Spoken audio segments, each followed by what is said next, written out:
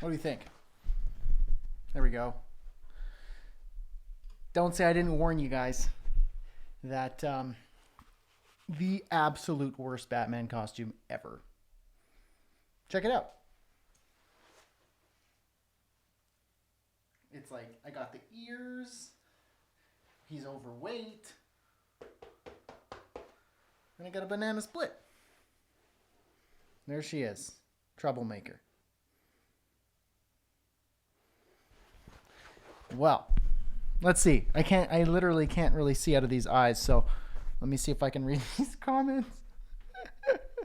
Hold up. Okay. My glove. Okay. Hey folks, how's it going? Happy office hours. Sorry I was a bit late, but hopefully it was worth it because I was trying to get into this ridiculous costume and get my dog ready. So let's see. Who do we got here? We got Lori. Always early bird gets the worm. Awesome. I'm going to pop out this chat so I can see. I'm going to put her down. Who else? Alea, good to see you here. Julie, Hafsa, Jim, good to see ya. Andy, cute pup. She's getting big. She is getting big.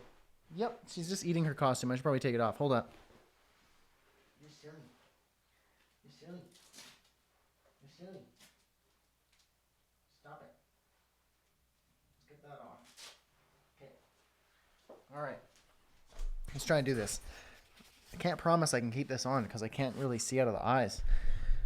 Jim, at least it wasn't $1,000. Dude, you should have seen the $1,000 costume. It's epic. All right. Mind if I stand like this while we do this? All right. How's everybody doing? Good to see you here. We're going to go through some questions. We got a few questions from the community there over the Mastermind over the last week. Sorry for the confusion with the schedule. We were going to do yesterday because we thought, today people have Halloween and I don't know, depending on the time change, they might be out with their kids or something. So we thought yesterday would work, but I had something going on, so we changed it back to the usual time. So glad to see you here. Julie, I did warn you about the destruction of puppies. Yes. Her thing mostly is to bite. She's a little nipper, so we're trying to work on that. Superhero pose. I'll stand like this for as long as I can. Stop it. You guys eating my cape. All right. Let's try to do this. Okay, let's just jump right in. Of course, if you guys have any questions regarding my costume, regarding your business, regarding the course or anything like that, feel free to shoot your questions over this way, and I will try and get to them, or I will get to them because we've got an hour or 50 minutes because I spent 10 minutes getting ready. But I think that's all good. All right. Andy, who's your worst criminal opponent in Gotham City? That one's up for debate. There's far too many. Far too many. Okay, Jim has a question here. Let's jump right into Jim's question from the community. I'm going to read it out. You probably saw him post this in the Mastermind there, but we're going to kind of summarize it here, and then we'll kind of tackle it a little bit. So Jim says, first, I want to apologize if this is long or out of scope for the launch course. Basically, Jim wants to be a life coach. It's been something he's been wanting to do for a while now, specifically a parenting life coach for dads. So a life coach for dads, helping dads get on track, stay on track, help them balance life and work and jobs so that they don't lose themselves in the process, helping them stay positive through it all, teaching them processes and ways to set goals, to reach them, helping hold them accountable, and give them a partner that can guide them and push them to help them win, help them be the most successful dad and person they can be, not just a successful dad, but person, help them leave a legacy for their family, specifically their children. So he says, I've been caught up in website design. I've been caught up in running the web design business, digital marketing, content marketing. Everyone can give someone a website. So I need to do all the other stuff to distinguish myself and really solve their pain points, which is not a lack of a website. I don't like all that other stuff. I just want to spend a ton of time learning it. So although it just hit 3 days ago, this was about a week ago at this point, you got to outsource that stuff. The only problem is when I go to a website, you love all the design, all that sort of stuff. So on one hand, Jim wants to be a web designer, build kind of an agency, a small agency around that. But he also wants to be a life coach and kind of pursue what's really sets him on fire. And so he said, I'm sorry if this is out of scope. And so I answered Jim, actually. I sent him a private message. So hope we don't mind, Jim, us talking about this here, because I'm sure other people are curious about pursuing something that's not quite what they thought when they joined us in the launch program. So it's not out of scope. The launch course is not for web designers. So web designers, of course, can join, and a lot of you are web designers, and that's great because that's the angle I come from, and so I can add my design expertise and my that angle. But the launch course isn't a web design program. It's a business program to help you grow your consulting, coaching, service-based, client-centered business. I'm not trying to teach you how to sell a widget or a, little, or some sort of physical product, although you can still apply the principles. I'm trying to help you get clients and establish a client-centered business, productize it, use the tools and tech we have available, use smart systems and automation and the principles and guidelines in your business so that you can grow and excel. Whether you're a life coach, whether you're a yoga teacher, whether you are a fitness coach, or you're a web designer, you're a branding your branding consultant, or you are an identity consultant, whether it's personal, professional, whether it's about money, whether it's about design, whether it's about branding, finances, it doesn't matter. It all applies. So it's not out of scope.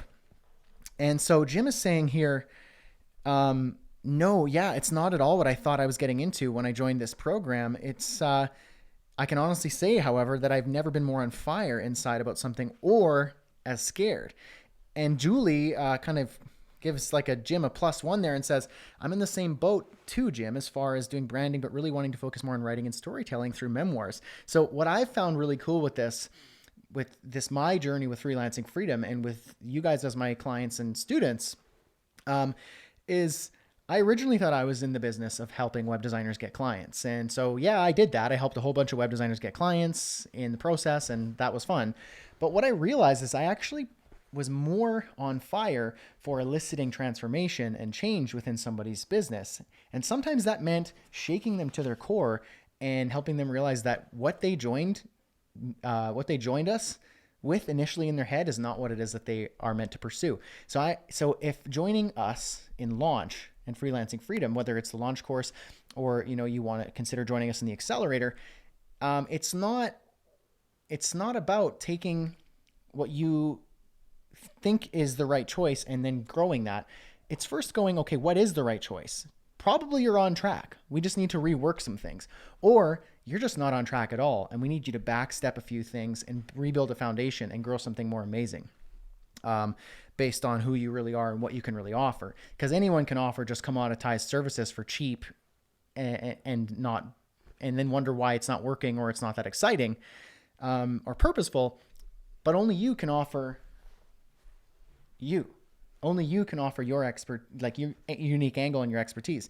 And so Brandy says, I'm in the boat of having more than one passion, getting one started, then we'll launch the next one once it's sustainable at a low time demand. And that's totally cool too, where you pursue one business venture and you get it working. And then you say, let's get that running. You get a team, you get software and systems and team members working for you. Great. Then now you can go to another business model. That's cool too. That's taking a more entrepreneurial approach to your business and your income. So back to Jim here, says, I'm a little confused. What are your thoughts? Blow everything up and start over in unfamiliar territory like a life coach? Me? Am I even qualified? Or do I just stay the course and maintain the original focus of being a web design business? So what do I do? And so then Jim has had a kind of follow-up that I want to address in the community here. So just hold on a second while I pull up that screen. It's very hard to type when you can't see. So Jim, where are you, Jim? Here you are. Let's go to your... Sorry, I'm having a hard time finding it. I thought you had a follow-up question there. Yeah, okay, here you are. Not sure what topic to tag. This could be a couple different ones. I came into launch, so we just talked about this, wanting to be a designer, but then also wanting to be, a life coach. And so this is what you said. This was kind of the latest. Jim says, after some much needed feedback from Brad, I started thinking, I guess you could say soul searching. I decided that I'm going to start over with this journey altogether. I'm going in a totally different direction, and I'm going to get away from digital solution mindset, building websites and stuff. And of course, I'll still do WordPress websites to help fund the venture, unless the opportunity presents itself.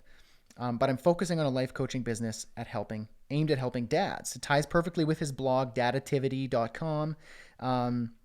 Eliminates the chasing two squirrels. So I'm going to go back through the worksheets and redo them with this new frame in mind. So retaking this. Your dream business is a coaching service that guides dads to live a happier, healthier, and more positive, productive lives. And so you help dads set aggressive, effective, attainable goals, and you kind of work through what you want to offer. So this is more of your offering. And then you said, when I build a comfortable income from this, I'm going to leave my day job, continue to build and grow the coaching business, and I'll contribute to charities, organizations that exist to help children and help animals, specifically dogs. And so you kind of talk about your mission, your why, your vision, what you want to build out of this. And so this is really, really good news. I really like this because it's vulnerable, and it's showing you that you want to pursue service. You want to be in service of somebody else, you want to be building something that's bigger than yourself. And you realize and identify that we need to, specifically, your purpose is to help dads, to help them find themselves in the busyness and the expectations of dads. And I understand this coming from a incredibly busy, sometimes overworked and often overwhelmed, young dad with kids, now a dog, and all the craziness that life throws at you. And sometimes it feels like it's so much. And so you can set goals, you can lose yourself in the process. There's so much, and I get this, I understand this. And I feel like I relatively have it together for the most part. But the thing is even somebody who I think has it kind of together for the most part, I know that there's so much room for improvement. I don't think that I'm crushing it. And so if that's me, then there are leagues of men out there who are suffering and need help. And if you're the person who identifies that, then it's your job to help them. So if you think well, what, me? And am I the one to help? Of course you are, because you've identified yourself as somebody who can and wants to. And even if you're only 3 steps ahead and going, you know what, I'm in the trenches with you, man, but I'm a few steps ahead, and I think I've got something to help you along. I'm going to coach you along to get you where you need to be. So let's work through this together, and I'm going to be your number one fan to get you to win in your life. And so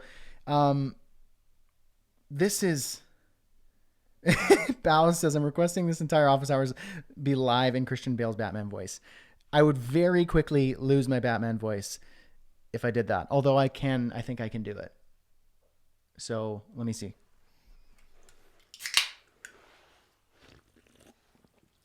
Jim, I think you need to pursue this new business because the world needs you. See, that's it. That's all I got. I'm done. Toast. Okay. So Jim, I think it's a great idea. The launch course was designed for you to pursue this new venture. And you're going to see it in a completely new frame of mind. When you see it now, not as a web designer trying to build WordPress websites and wondering how am I going to differentiate myself, you're going to see yourself as, I see how this is all falling into place. And I'm not going to lie, you have your work cut out for you. You've just entered an entirely new realm of hard work, but you can do it. So if you commit, so right now, I want you to kind of commit to everybody and say, I, Jim, commit to giving my all in this new venture. And I'm going to do my absolute best to work through the program and work through the roadblocks to get me to my end goal, which is to be a successful life coach for dads who need me. Stop telling yourself that you're not qualified for it. Are you a dad? Do you have some level of having your, forgive my French, shit together? And do you have dad's backs? Cool. Then you're qualified. Okay. I can help you with this program, with the community, and with what you have access to, shape what that looks like as a business. That's why I made this. So I want your commitment And I'm not saying that as like an ethereal thing. I literally want you to write your commitment statement right now. Because the thing is when you commit and when you publicly commit, now you've just created an expectation of yourself to uphold your own commitment. So I'm playing like psychological Batman ninja on you right now. I'm doing like Batman jujitsu on your mind. When you make a commitment to Brad, and the community, you're making a commitment saying, this is who I am this is my character, and I'm going to do what it takes. Whereas if you just say it out, if you say it in your head, then it's easy just to kind of wash it away. Jim says, that's me. I'm going to be really annoying to everyone here and go out to just kill this thing. I will help all the dads that need this help. And this is where you finding out who those dads are, what they struggle with, this is awesome. Because now you can go through those workbooks, understanding your niche, your mindset, your goals, who your target audience is, who they are, what do they struggle with. You can really craft an amazing dream customer persona. Okay? So I'm not joking. I literally mean it, Jim. I want your commitment, and I think you just gave it. So I have publicly committed right now. Now you get to deal with the endless messages and questions. Sorry about your luck. I will only accept your endless messages in the mastermind if we actually see you pursuing and making progress. Got it? Cool. Sweet. So that was I like that. And so we all now expect to see you making progress, and we want to see your failures. So where you trip up and screw up along the process, that is going to be a part of it. That's part of your commitment. Okay. So great question. I really appreciate you sharing that. That's really exciting when we see people really realizing their purpose. And I like that. That's amazing. That's what we need, more people like that. And even if don't be confused. Don't think like, oh, well, I mean, if Jim kind of abandoned the whole becoming a web designer, but I'm a web designer, should I abandon it too and just find something else? No. If you have something to offer and you want to pursue, design, branding, web development, that's a hot market. That's a very in-demand market. Your job is to differentiate yourself and market yourself properly. And if you want to be in a profitable business, then yeah, that's a good business model. And if you think you can show up and do something different and do something exciting, then yeah, that's a great idea. But if it's not where your heart is and you don't actually want to give it your all, then you need to find what that is. That's what launch is about. Okay. So Julie had a series of questions, and she said, apologies in advance for just completely monopolizing on the conversation, but that's okay. I said, if you bring the heat, you're the one who gets the spotlight. So I'm going to jump into Julie's question there, but I do see that Jim has one more comment there I want to make sure I address. He says, after following you for several years, this is the first time I've really niched down like you always say to do. First time, I feel great about my decision. Thank you. Well, you're very welcome. I am absolutely honored that I get to witness this and I get to be a part of it. So that's amazing. And that's the thing. We hear it all the time. We hear, at least you probably hear it from me all the time, and you probably hear it from other people as well, where they say, you got to find your niche, you got to find your pocket, you got to niche down. The odd time you'll get the other, like a random person who tries to be a little different and says, you don't have to niche down. Be like an amazing jack of all trades, have like 5 niches and focus on all the, but here's the thing, like, are you 5 people?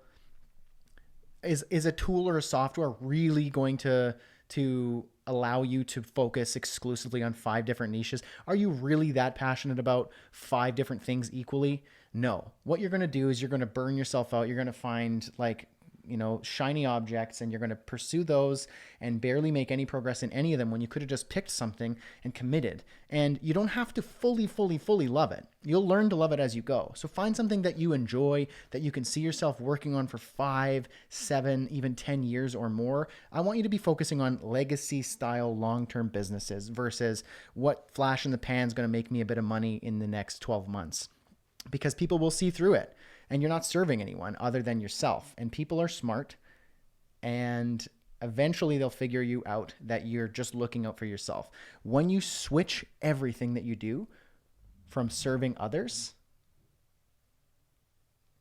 that's when things will start to change. That's when you make that quantum shift in your head, and then somebody I say, you need to find out who you're serving. It'll just click. You just know who it is. You go, I know exactly who that person is. Look, well, what do they struggle with? Got it. I already know. What do they say? What are they frustrated about? What hurts them? What's the opportunity cost for them not pursuing change?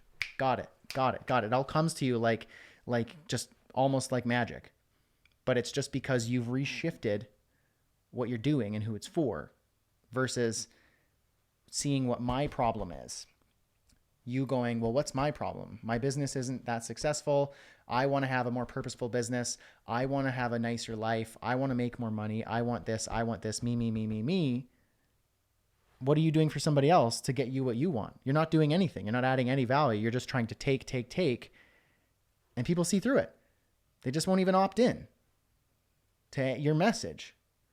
But when you say, I'm here for you legitimately, and I'm going to go all in, people see that. And if you can find the right market who actually has a major problem that needs an actual solution, and you can position yourself there and say, hey, I'm for you, and I'm going to help you get out of this mess. And I actually mean it. And then you prove yourself along the way, then you found yourself something magic. Okay, so Julie says, all right.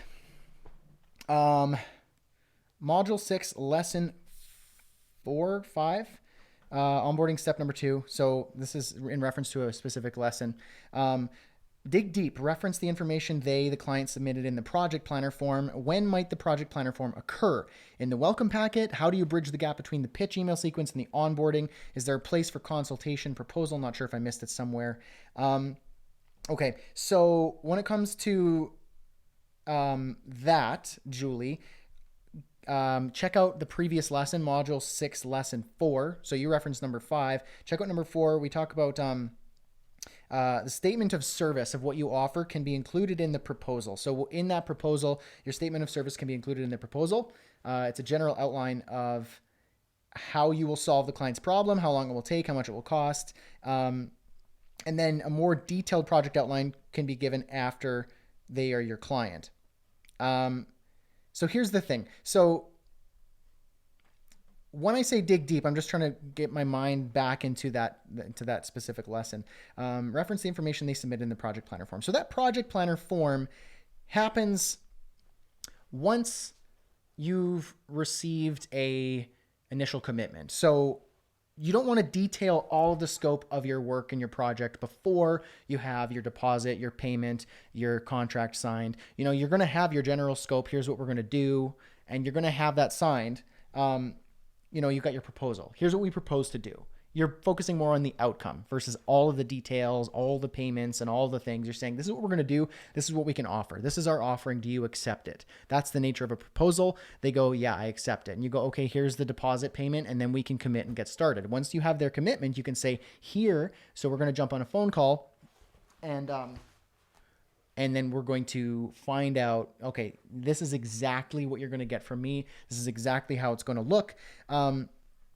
And that's how you're going to kind of shape out what the project is going to be.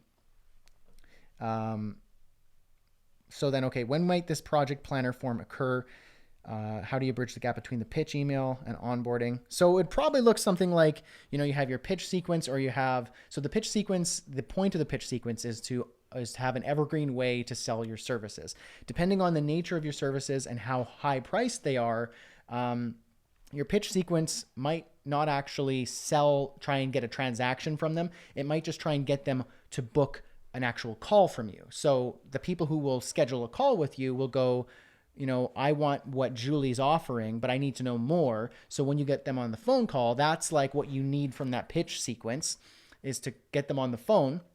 And on the phone, you can do like a consultation call with the sole purpose of, at the end, if they are a good fit for your service, offer them that and then take payment over the phone, or send them a contract or an invoice to get a commitment from them right then and there. And so from there, once you've got that commitment and the payment, that's when you can say, all right, here is what we're going to do for you. Okay. How do you bridge the gap between that pitch and the onboarding? So your onboarding, is there a place for a consultation proposal? Not sure if I missed it somewhere. So it's kind of in between. Your onboarding is more so, okay, now that we're here, we've got all the details out of the way. Here's how we get started. Here's what I need from you. Here's what what needs to happen. Here's your checklist. Here's your to-do list.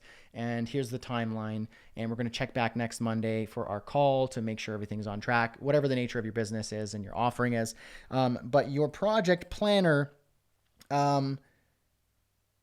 comes in that stage of you don't even want to read a project planner unless you know that they're a good fit. Because if you're reading a request for proposal or a project planner, if you're reading that and they're probably not even going to hire you anyway, then you're wasting your time. You only want to be committing your time and energy to a prospect who is quite possibly going to work with you, whether right now or maybe in a couple months. So it's more about protecting your time. You don't want to be encouraging sending requests for proposals to just anybody and everybody and having them fill out the project planner on just like your public facing web page. You want them to kind of go through your funnel. So they find you through a blog post or a live stream or an ad, some sort of campaign, and then they opt in. They get your 3 or 4 or 5 emails with the sole purpose of booking a call or filling your project planner form. So that you know that not everybody's going to fill out the project planner form. Quite likely the person who fills out the project planner form in depth is the person who is going to be more likely to work with you. Does this kind of make sense?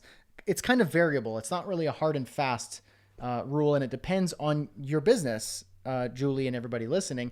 It really depends on what you're offering. If it's productized, if it's completely customized, if it's done for you, if it's done with you, if it's a course versus if it's a customized service. It really depends. So Julie says, it's basically my process right now. I just wasn't sure if there was a project planner section in the module. Like, do I send it after the contract deposit is done? Good question. So it needs to fit your flow and what you're looking for. So probably the nature of what you're looking for right now, what you're trying to get towards is you want to attract. First of all, your job is to attract and broadcast that I am this person for this type of person. I solve this problem by doing this. If you want to know more, opt in to this, whether that's the email course, to watch my video or watch my webinar, whatever your primary kind of sales marketing, your primary marketing method is. So whether that's a webinar, a video sales letter, a 5-day email course, or a live masterclass, whatever it is, there's a few different ways of doing it.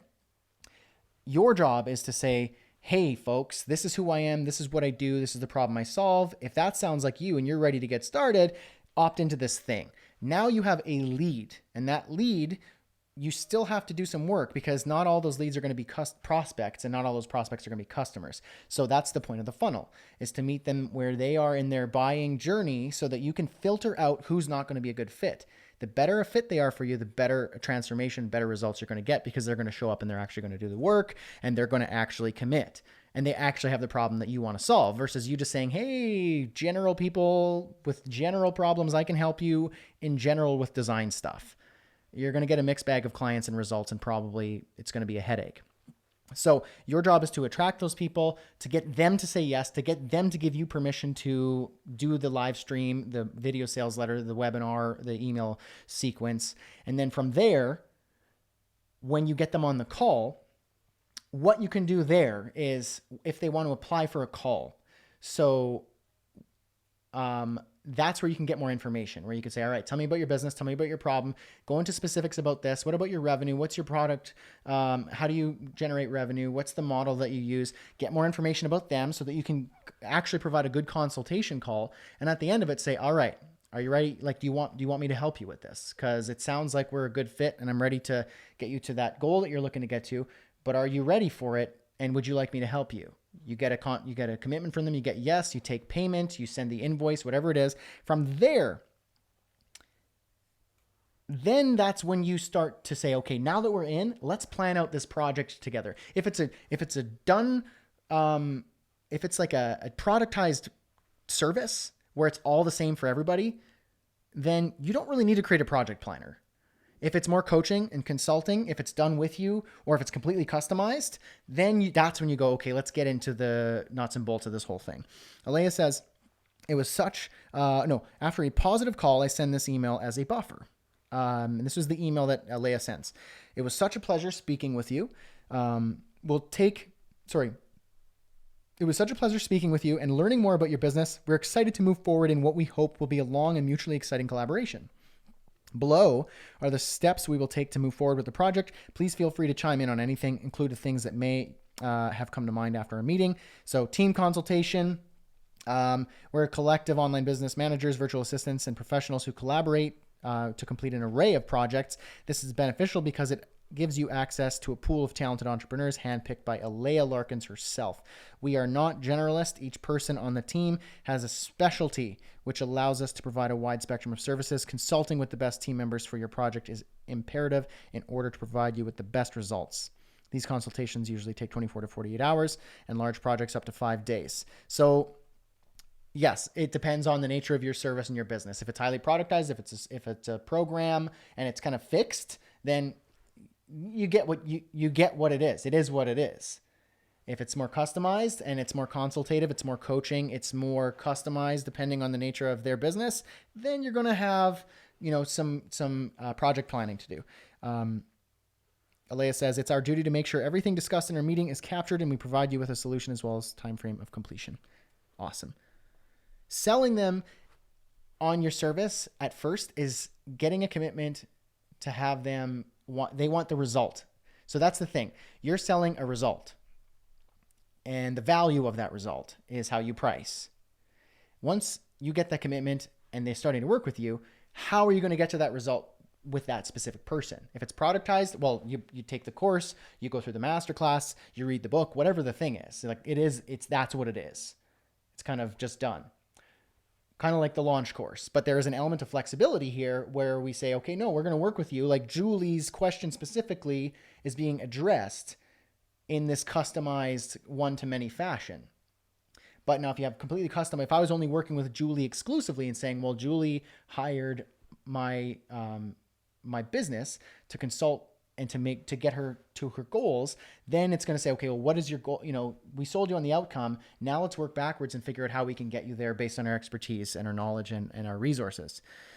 And then Alea kind of is giving more of an example there of kind of what it is the client can expect. Nice. So any additions to the scope of the project will be added at this point. Once we reach an agreement, any additions will be considered outside of scope.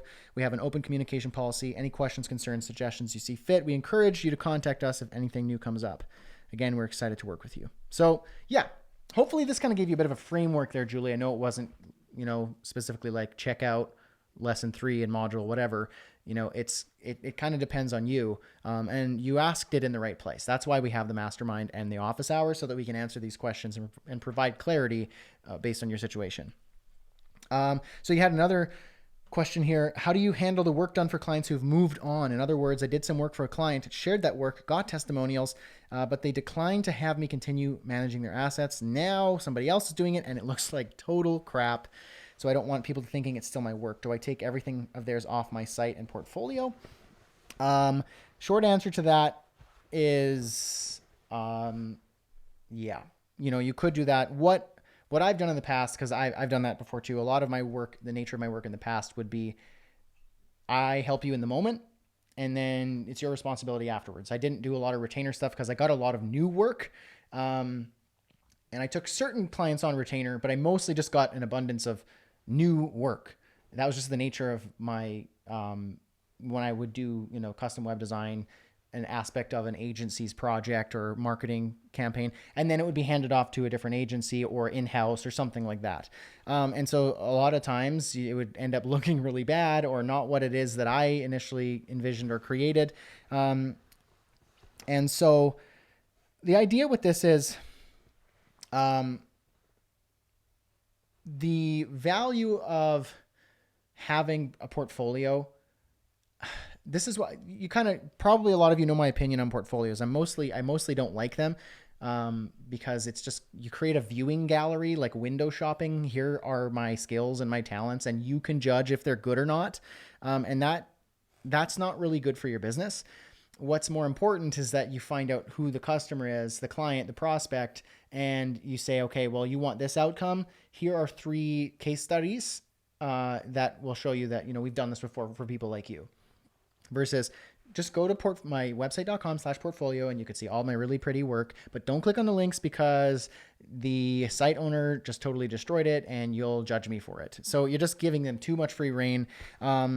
It's better for you to have control of to control the environment of how the client perceives you or the prospect perceives you. And so if it's not like, if you have a portfolio piece, it's fine to have, showcases up on your website to show like, hey, like this is a client we worked with, we did amazing work. What's more valuable is to have that case study, because the case study is fixed. So you can show your process, you can do some screenshots, you can design it really nicely. You're a good designer. So you could outline your case study really nice, explain the problem, explain the process, explain the solution, show, kind of how that worked and the benefits of that client working with you, and then back it up with the client giving you a video testimonial or a written testimonial that they can read. And from there, you can say like, okay, we'll click here to view the website. But if you don't want to do that, it doesn't really matter, because then you're just sending them to another website. What if that website was just like a barber shop? You're like, now they're going to be thinking about getting their hair cut, or maybe it's like a totally unrelated business, or it's slightly competitive business. Like, then you're just giving them you're distracting them. The purpose of them reading that case study is to now opt into your list to book a call, right? So giving them the option to just kind of prance about your shop, is not going to serve you or anyone. The point of it is to get somebody on the phone, get somebody emailing you saying, I want to work with you. How can we get started? Jim says, Jim's got to bail. Catch you later, Jim. Julie says, I try to do case studies for my projects. So should I say, here's what I did, but not doing it anymore in so many words? Here's the thing. Your client doesn't need to see, your like a laundry list of clients and projects that you've worked on, especially if they're unrelated. Your client only needs to see something that encourages them to work with you, that makes them trust you more. They don't need to see 10 or 12 random testimonials and case studies and portfolios. They just need like one relevant case study or testimonial, whatever it is. Even if it's something like this, you're on the phone with them and they say, well, have you done this before? Like, absolutely. I've worked with this person and this person. I've also solved this problem for myself. I'd be happy to give you the phone number of so-and-so. They're the CEO of this company. Tell them that Brad called and you just wanted to kind of get a recommendation to see like if I'm legit. That's going to be leagues better than a beautifully designed case study.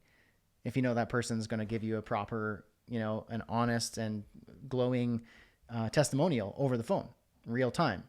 That's infinitely better than just like a viewing gallery. Julie says, specifically, I created templates for a winery to make menus, but I also did a few ad layouts, but their recent ad is garbage, so I don't want it to look like it's my work. You need to control the environment. So somebody perceiving your business, if whatever you have control over, you should have control over. So you don't want people to be going out into just like kind of no man's land of perceiving your business as bad. You want to be honest and show them what's relevant to them. So whether that's sending them to like a reference on the phone, a specific web page case study, like a single web page case study from a client. And if that means you need to take stuff off your site that's not relevant or not, useful, then you take that off. Another option here is if you want, this is a potential lead magnet option, is if you want to create if you create a nice PDF case study, so an actual downloadable, printable PDF case study that is not on the internet. It's just something that it's a file. Nicely designed case study, 2 or 3 pages, whatever the proper length is, just so you can communicate the case study properly with information, what the problem was, the same thing that you would do on like a web page case study. And what you could do is offer that as a lead magnet to your website visitors. So you see a project or you say, this is the services that I do. If you want to see my case study on how I increased the revenue of this company by, 500% in 6 months, click here to download that case study. And then now you have a lead, that person's interested in that specific outcome in that sort of area. And now you can follow up with them, put them in your email funnel to essentially get them on the phone with you to get the same results. Make sense? Nightlight on. Lori says, hey, gonna have to listen later. I'm getting other comments now. Oh, hopefully you can still see and hear me. See you next time. Hopefully you didn't have any tech issues there, Lori. Apologize for that. But yeah, check out the replay later. See you next time. Julie, cool, good idea. Okay. Now, Julie has another question. Does the onboarding sequence, particularly the service delivery section, change at all for retainer clients if they're going to be offboarded anytime soon? If they're not going to be offboarded, but you still want to get feedback and testimonials, does it make sense to follow the sequence even if you're not working with them? Is there a good alternative sequence here? Yeah, so kind of what Julie's referencing here is in the course, in module 6 there, we talk about automating even the service delivery. Now that's not that possible if it's totally customized. You can't just send a canned onboarding kind of service delivery set of emails unless there's repeatable or repetitive parts. So if there's something like a task list or to-do list, or you need to get assets and it's always the same, yeah, you can automate that part in like an onboarding or service delivery email sequence. What works best, however, is this part to be more customized depending on the nature of your business. So if it's completely productized, your service delivery emails sent once a day or once a week, totally fine. But if it's more customized service, then you don't want canned emails because they're not going to be sent at the right time. They're not going to be the right emails. What works best there is if you just kind of systemize the process rather than automate it. So if you have, standard operating procedures that says, okay, if the client has this question, or if it's this type of client, here are the 1 or 2 emails that I'll send to make sure I get these assets. You can make it as systemized as possible. And then maybe have an assistant send those out, have a project manager manage the communication of the project. So the service delivery part, if it's a customized service, that part needs to be customized. You can standardize the whole thing so that anybody could send the email or anybody can make the phone call, and to keep the project moving along. Automating it, maybe not quite possible, but standardizing it and delegating it is very possible. And then getting feedback and testimonials. So what you can do, so you onboard the client, you get the stuff you need, service delivery is customized, you have them paused. So I know in the sequence that I created for you guys, the template that you can work with, I have like a 6-week delay or whatever the delay is. If it's just going to be a retainer client where you're working with them indefinitely, maybe a year, maybe 2 years, maybe 3 months, drop into an offboarding sequence, just have it be a condition. So this is ConvertKit specific. You can have a condition that says, if they are tagged with, contract ended, then drop them in an offboarding or, your evergreen newsletter or your monthly newsletter, whatever it is that you want to send them to maintain contact. Okay. So instead of using a delay as your trigger to jump into the next step in the sequence, use a tag where when you end the contract and you say, okay, I'm done working with you, moving on, then you can just go in, manually tag them, create a standard operating procedure. So your assistant goes, okay, client, XYZ ended the contract. I'm just going to tag them with that. And then they'll be dropped into that offboarding funnel sequence evergreen newsletter. Okay, and one more question here, hopefully a simple one. Transferring email subscribers from one platform to another, so MailChimp to ConvertKit, for example. Do I need to ask them to sign up again? Is it kosher just to migrate them without saying so? Should I migrate them after setting up all my automations or before? Alea actually provided a good answer here for me. I went through this process. So I initially was on MailChimp, and then I migrated over to ConvertKit earlier on when I had a few thousand people on the list. So very significant number. So Alea kind of just says here, when transferring providers, it's up to you to make sure you have explicit permission to contact subscribers. So you have an actual opt-in recorded. So if they opted in with you, say on MailChimp, you should have a database in there that you can export from MailChimp that shows who opted in at what time. And it shows, this is an actual exported database from MailChimp that shows that they gave you actual permission to opt in.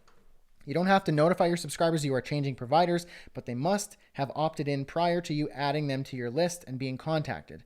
If you already obtained permission from your previous provider, they are not required to sign up again.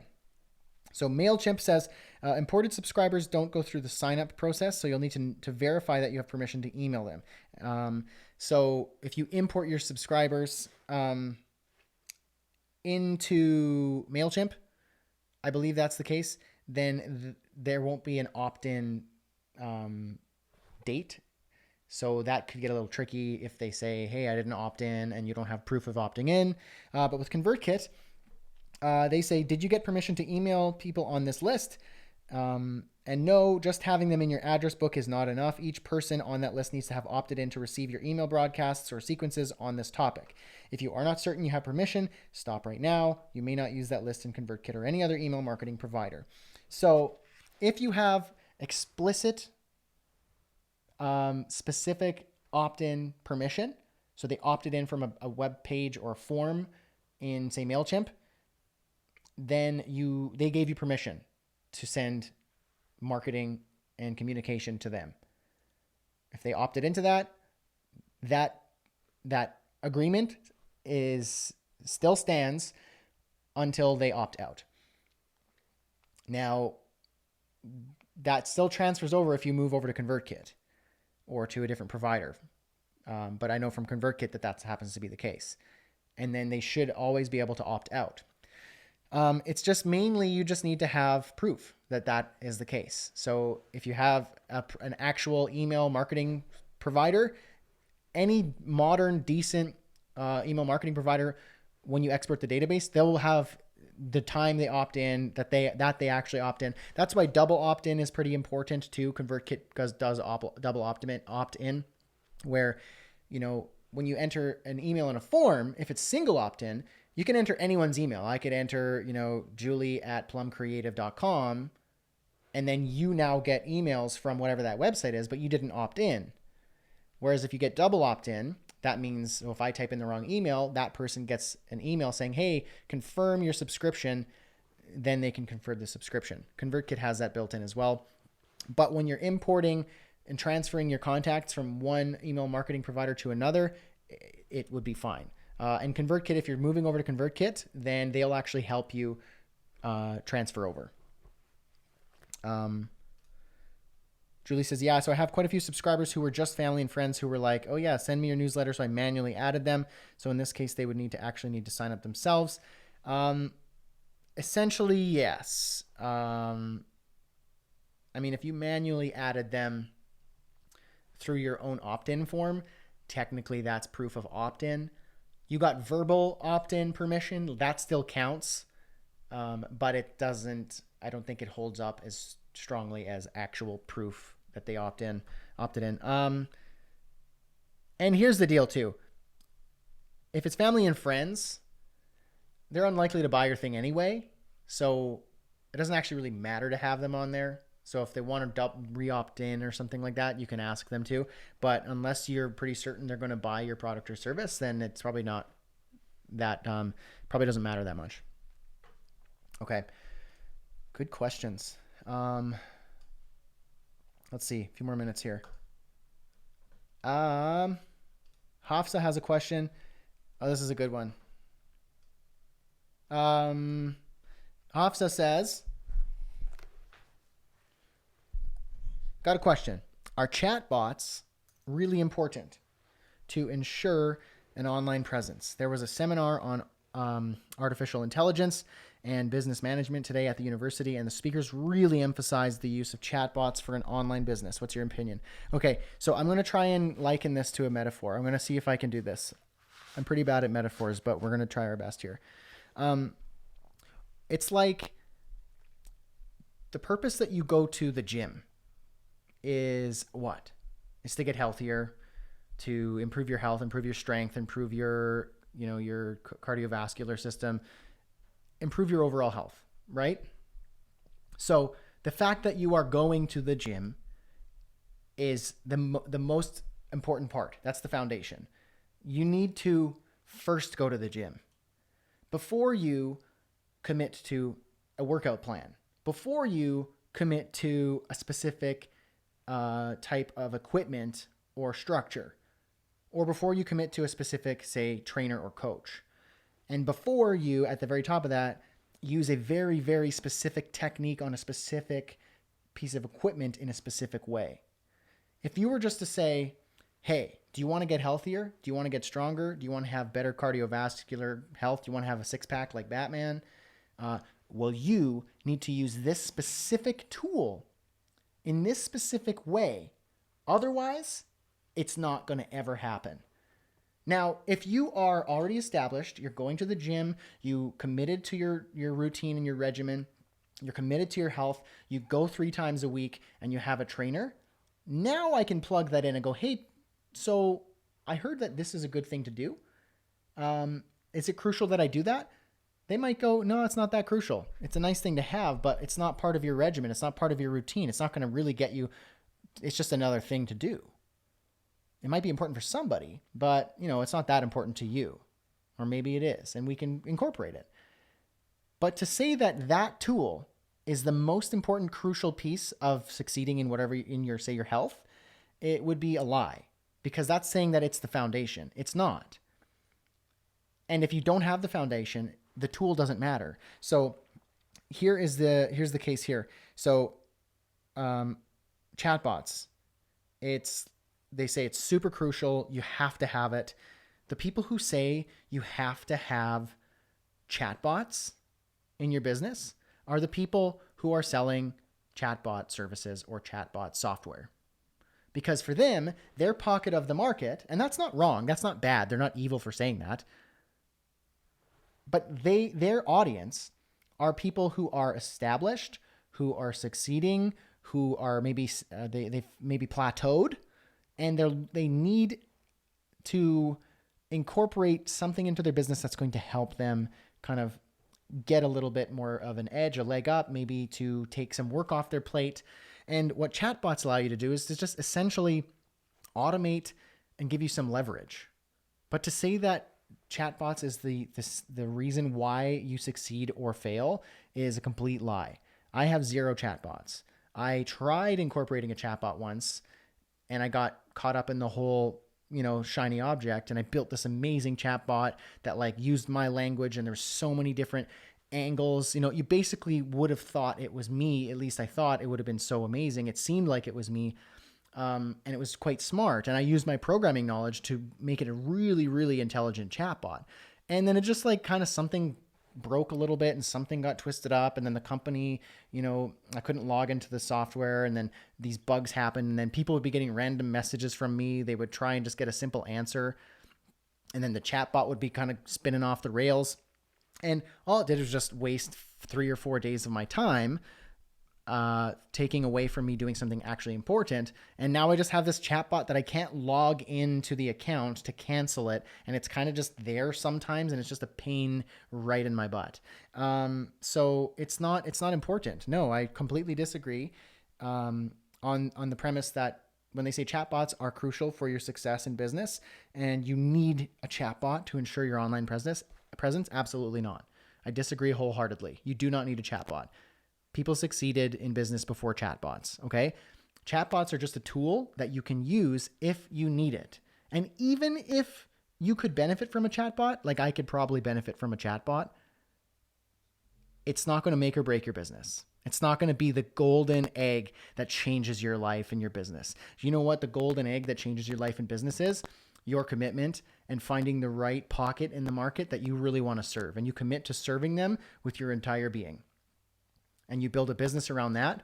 You systemize it, you grow it, you optimize it, you make smart moves, you get people to help you, you establish a small team, software, systems, automation, and you get that business running where your marketing funnel is constantly getting you leads and prospects and clients. You're getting better and better at your craft, whether that's taking sales calls or delivering a service or making sure your team is crushing it with the project. That's the golden egg. And the golden egg is hard work in the right place so that you can find smart and optimized ways to let that flourish. Chatbots and widgets and social media and techniques and tactics will come and go, but what will never be replaceable is genuine hard work in the right place with service at the very center of everything that you do. Hofsa says, that argument did make my ears stand up, so I just wanted to make sure. Yeah, don't be fooled by that. I'm not saying that chatbots are bad, or when people say you need a chatbot, so therefore buy my chatbot service, that it's bad. It's not, because not everybody needs a chatbot. Most people don't actually need it, but it's a nice thing to have, and it's helped a lot of people. But usually people who are singing the praises of a tactic way too loud have something to sell, and so it's important that they show you how crucial it is that you have that, because it's not a good sales technique to say, hey, you know what, chatbots are generally pretty okay. It might work, but probably not. For most people, it really doesn't. And if you never had a chatbot or never heard about a chatbot, you know what, you'd probably be better off, or maybe just, marginally less successful, but really not make or break. You'd still feed your family. But you know what? I have a chatbot service. Do you want to buy it? What would be your answer? No. If you want to actually get them to opt in and buy your thing, then you say, here's the problem, here's why it's bad, and it's imminent that it's important that you need to focus on this. If you don't, you're putting yourself at risk. And that's using that framework is not inherently evil or bad, but it is if you use it in the wrong place. So using that technique of trying to encourage and persuade somebody to buy your thing, your product, or your service, if your product and service cannot genuinely help them achieve the outcome that you're promising, then you're doing the wrong thing. It is bad. It's evil to take that approach. It's black hat. But if you're using those techniques to persuade somebody, just using human psychology to encourage them to buy your thing because you know it will help them, then yeah, go all in on that. Because if you can actually help them, do whatever means necessary to help them, to serve them. Got it, says Hafsa. Good. Cool. A couple more questions, and then I'm going to get going for lunch. Or one more question, rather. That's all I got. Bailey says, hey, I'm curious what your views on partnerships are. I mentioned a bit ago about being an intern, and then now I met somebody in this internship. We talked about, essentially being a partnership. One problem we predict is a possibility of our similar mindsets conflicting with one another. He doesn't like doing the web stuff and would prefer doing business development and strategy. We decided it would be less risky for us if he were the person with more power and decision making, and I was the web and media guy. This way it's less risk for him. We just met. He can always get another web guy. And for me, I won't feel resentment sticking to a huge role with major responsibilities. Still have the freedom to work on my own. I'm a little bit hesitant about this. I'm generally not a fan of partnerships, not because I think that they're bad. I think partnerships can be incredibly powerful. I just kind of like doing it solo, and if I need help from somebody, I'll hire them. So from this guy's standpoint, I don't know if he needs a partner, and I don't know if you partnering with him is the best choice. I'm not sure. You need to dig deeper and ask more questions and establish more of a trusting relationship with this person to understand his motives and if it's really the right choice. But it just kind of sounds like he just wants to run a business and then he can hire people. If you can be a hired contractor, sure, then you don't have responsibility to bleed yourself dry for this company that he wants more power over, an uneven partnership, which isn't really a partnership. So my just thought here, Bailey, is tread carefully. And it's possible that you just need to suggest working for him. When he needs your help, just hire my company, hire me as your contractor, and I'll get it done.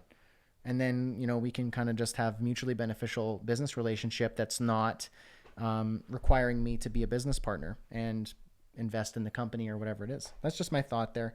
You can go either way, really, but it's up to you to make the right choice. And that was it for our questions. I appreciate everybody coming. I think that was a good session. I really appreciated chatting about, Jim and his new transformation and direction. I really like that. Bailey, Hafsa, Julie, Jim, you guys had awesome questions. I really appreciate it. Keep it up. Keep it up in the mastermind. bradhussey.ca/mastermind. If you're not a member of the mastermind yet, get yourself your full year for free using that link. And have a chat in the, communicate in the mastermind there. Ask your questions, collaborate, provide your thoughts, your feedback, your curiosities, your struggles, because it's amazing how much help you get. And then we take all of those questions and all of those hot topics you bring up, and we bring it up in here in office hours and answer those questions and give you real-time coaching and feedback and direction. So I really hope this was valuable for you today. And I really appreciate you. So with that, folks, I have to go. My wife